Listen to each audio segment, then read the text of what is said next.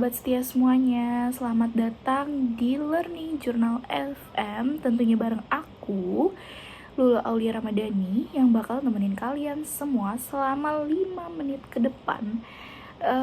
Tentunya dengan obrolan seru, topik-topik menarik, terus materi-materi yang gak kalah menariknya juga. Itu materi-materi yang aku dapetin di perkuliahan minggu lalu, mata kuliah public speaking di semester 6. Nah, sobat setia semuanya, kalau di minggu lalu kita udah bahas tentang apa sih pengertian dari presentasi, moderator, master of ceremony, dan lain-lainnya. Nah, di minggu kali ini atau di malam ini kita bakal bahas materi tentang persiapan mental pengetahuan, terus juga ada performa bahasa, lalu bahasa verbal dan non-verbal, simbolik, dan penampilan pada public speaking. Nah, tanpa berlama-lama lagi, karena waktu kita cuma 5 menit, kita langsung aja bahas materinya. Nah, sobat setia semuanya, persiapan mental pada public speaking itu sangat perlu ya. Jadi, persiapan mental ini maksudnya adalah tahapan krusial dalam menjalani proses public speaking yang sukses, sobat setia semua. Bisa dibilang ini tahapan yang penting pada public speaking untuk public speaking yang sukses nantinya. Nah, sebelum menyampaikan pidato, seseorang pembicara itu perlu membangun fondasi mental yang kuat untuk menghadapi tantangan dan memberikan presentasi dengan keyakinan. Ada juga langkah-langkah yang bisa diambil untuk persiapan mental kita sebelum melakukan pidato atau public speaking yang lainnya. Nah, yang pertama itu ada visualisasi. Lalu yang kedua itu ada pemusatan perhatian, sobat setia semua. Terus yang ketiga ada manajemen kegugupan. Jadi kita harus bisa manage emosi kita, manage kegugupan kita sebelum kita tampil di depan publik gitu. Terus juga yang keempat ada penguasaan materi. Tentu aja ini penting banget karena kalau misalnya kita sudah menguasai materi yang akan kita sampaikan, itu bisa menambah keyakinan kita sebelum menjadi pembicara gitu, sobat setia semuanya. Nah, lalu yang terakhir itu ada antisipasi tantangan.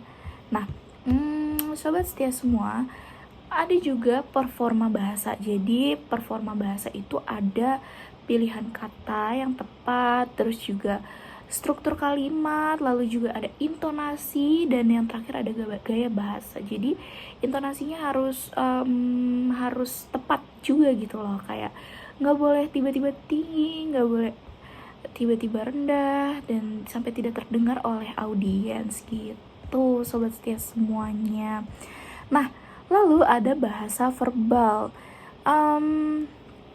Bahasa verbal itu subjektif dan bisa berbeda antar individu. Nah, bahasa itu bisa mempermudah atau bisa menghambat komunikasi. Nah, tergantung kesepemahaman maknanya, sobat setia semua. Nah, bahasa lisan itu lebih tua dari tulisan, yang baru ada sekitar 5.500 tahun lalu. Bahasa terbagi menjadi lisan dan tulisan, atau yang biasa kita sebut verbal dan non-verbal, teman-teman. Ada beberapa unsur penting dalam komunikasi verbal, yaitu adalah yang pertama bahasa, dan yang kedua itu adalah kata, sobat setia semuanya. Nah, lanjut, materi selanjutnya itu ada bahasa non-verbal. Jadi komunikasi itu nggak hanya terjadi secara verbal aja atau secara lisan aja, sobat setia semuanya. Isyarat-isyarat yang tidak terujar bisa jadi punya arti yang lebih dalam dibandingkan kata-kata yang disampaikan, sobat setia semua. Nah, beberapa fungsi dari pesan nonverbal yang sudah diidentifikasi itu adalah yang pertama ada penguatan pesan, lalu yang kedua itu pembantahan pesan, ketiga penggantian atau substitusi pesan, keempat itu ada aksentuasi atau intensifikasi pesan, dan yang terakhir ada pengaturan pesan. Lalu ada simbolik dan penampilan dalam public speaking. Dalam konteks public speaking, simbolik itu merujuk pada penggunaan simbol, baik verbal maupun non-verbal, untuk menyampaikan pesan secara efektif kepada audiens Sobat Setia semuanya. Nah, contoh penggunaan simbolik dalam public speaking itu ada bahasa tubuh atau body language, lalu juga ada intonasi suara, lalu simbol verbal, dan yang terakhir simbol visual. Nah, materi yang terakhir sekaligus materi penutup pada malam hari ini itu ada penampilan. Nah, penampilan dalam public speaking itu ada, yang pertama ada cara berpakaian. Kita harus menyesuaikan cara berpakaian kita sesuai dengan acara yang ingin kita datangi.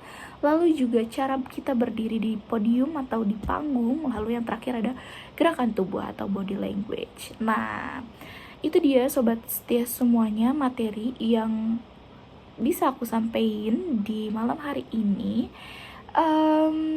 Kurang lebihnya aku mohon maaf. Sampai jumpa di minggu depan tentunya tiap malam